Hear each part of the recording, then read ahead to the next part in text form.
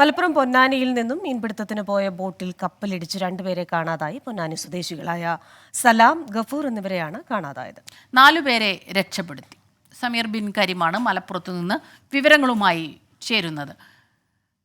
സമീർ, എന്താണ് ഏറ്റവും പുതിയ വിവരങ്ങൾ? 2 പേരെ കാണാതായിരിക്കുന്നു, 4 പേരെ രക്ഷപ്പെടുത്തി. അപ്പോൾ ഇവർക്കായുള്ള തെരച്ചിൽ തുടരുകയാണോ?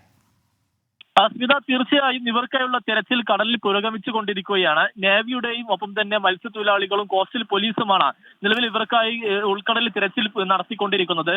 ഇന്നലെ രാത്രിയിലാണ് ഈ ബോട്ട് മത്സ്യബന്ധനത്തിന് പോകുന്നത്. പൊന്നാനി സ്വദേശിയുടെ ഉടമസ്ഥതയിലുള്ള ഇസ്ലാഹ് എന്ന് പറയുന്ന ബോട്ടാണ് മത്സ്യബന്ധനത്തിൽ ഇന്നലെ രാത്രിയിലോടുകൂടി പോയത്. അതിൽ രാത്രി 1 മണിയോട് കൂടിയാണ് ഈ ബോട്ട് അപകടത്തിൽപ്പെടുന്ന ഒരു സാഹചര്യം ഉണ്ടായത്.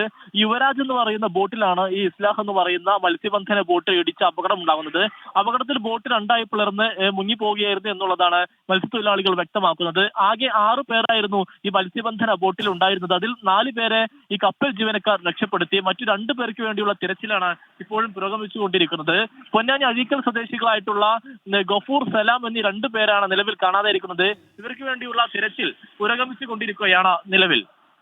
ശരി, സമീർ ബിൻ കരീമാണ് മലപ്പുറത്തു നിന്ന് ഈ വാർത്തയുടെ വിശദാംശങ്ങളുമായി നമുക്കൊപ്പം ചേർന്നത്. ഇന്ന് ഈ പ്രഭാതത്തിൽ വലിയ ദുഃഖകരമായ വാർത്തകൾ ഇങ്ങനെ ഒന്നിനു പുറകെ ഒന്നായി വന്നുകൊണ്ടിരിക്കുകയാണ് ക്രിസ്റ്റീന.